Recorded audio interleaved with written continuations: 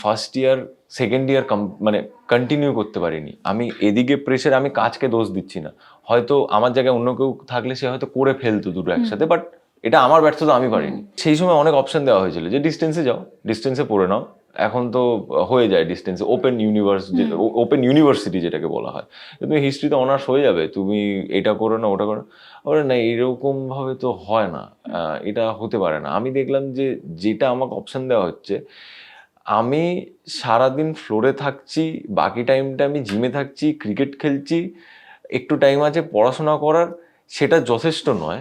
হ্যাঁ, এবার আমি যখন পড়বো, এবার আমি পড়ছি, আমাকে অ্যাটেন্ডেন্স দিতে হচ্ছে না, ইটস ফাইন, কারণ আমার পক্ষে যাওয়া সম্ভব ছিল না হয়তো রোজ রোজ, কারণ ডেলি আমার কাজ থাকতো।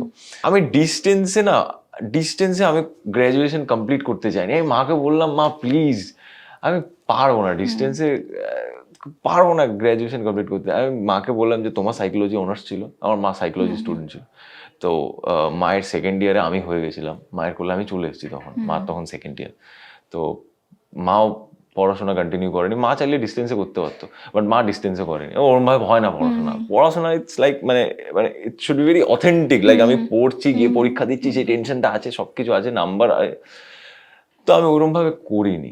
ফলো করুন আনন্দবাজার.com।